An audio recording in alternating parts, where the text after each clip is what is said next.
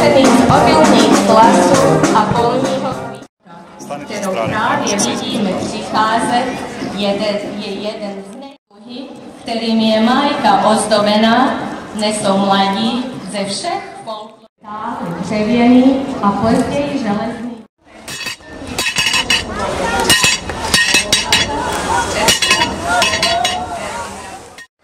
Ja bych ti da je české, ja? Nema. To je dokazano.